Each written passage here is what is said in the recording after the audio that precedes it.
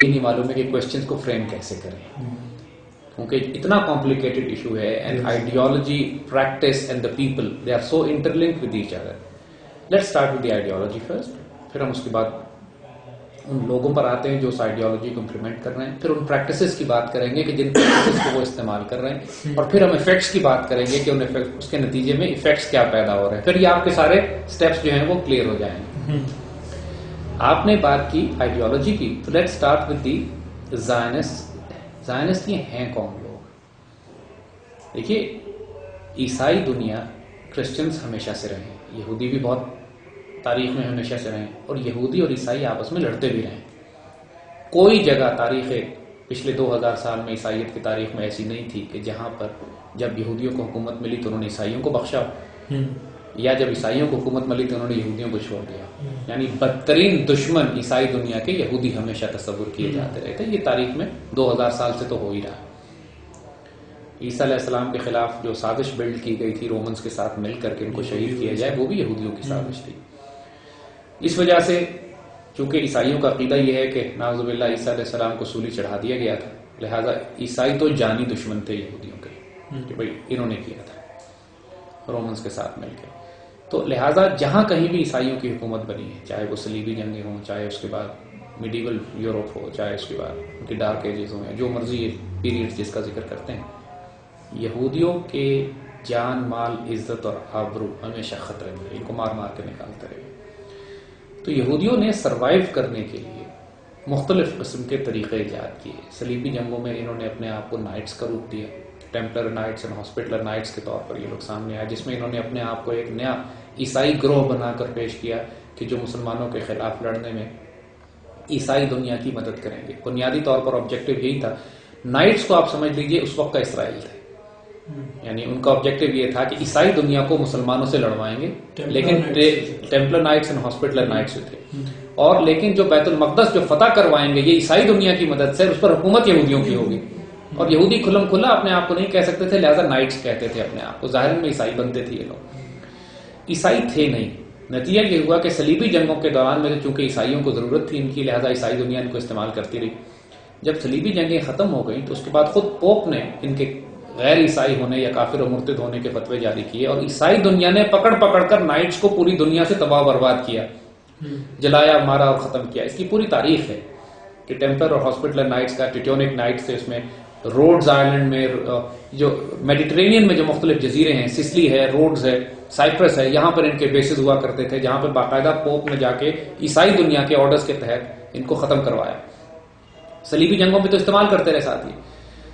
تو اسی طرح آپ نوٹ کریں گے کہ جب عیسائیوں نے قبضہ کیا بیت المقدس شریف پہ صلیبی جنگوں، پہلی صلیبی جنگ کے بعد، تو وہاں پر جو حکومت قائم ہوئی وہ ایک نائٹ کنگ گاڈفرے کی تھی. وہ basically he was a night, he was not a normal Christian.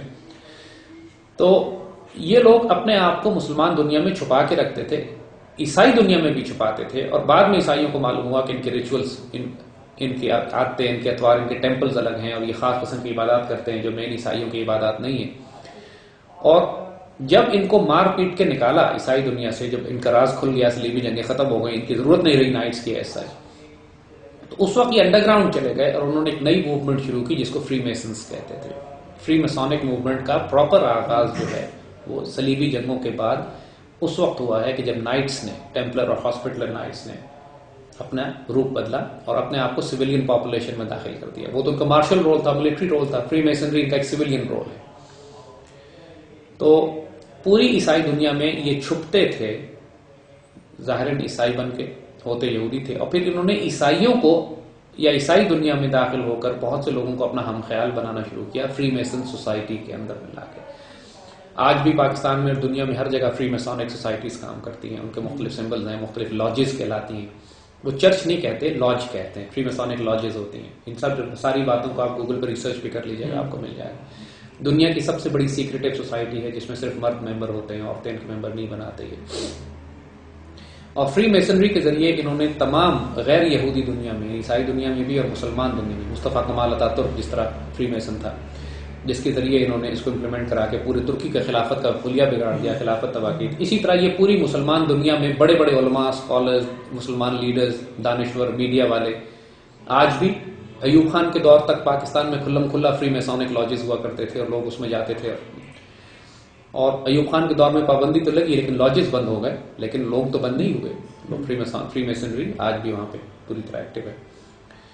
تو یہ غدار لوگ ہوتے ہیں جن کا پتہ نہیں چلتا، اور یہ ظاہراً تو غیر یہودی ہوتے ہیں، ایجنڈا ان کا یہودیوں کا ہوتا ہے. اسی طرح تقریباً 19ویں صدی کے آخر میں کلاسیکل یہودیوں نے بھی ایک آئیڈیالوجی بلڈ کی جس کے مطابق پوری دنیا میں یہودیوں کی ایک ریاست قائم ہونی چاہیے. اس سے پہلے اگر آپ نوٹ کریں گے کہ جو کلاسیکل یہودی عقیدہ ہے اس میں یہودیوں کو ریاست بنانے پر پابندی ہے. آج بھی نیو یارک میں ہزاروں لاکھوں یہودی ایسے ہیں جو اسرائیل کی ریاست کے خلاف ہیں، کیونکہ وہ یہ کہتے ہیں کہ یہ بدعت ہے، یہ کفر ہے، یہ ہیریٹکس ہیں، یہ یہودیت چھوڑ کے الگ ہو گئے ہیں وہ لوگ جو یہ کہتے ہیں کہ ریاست بننی چاہیے.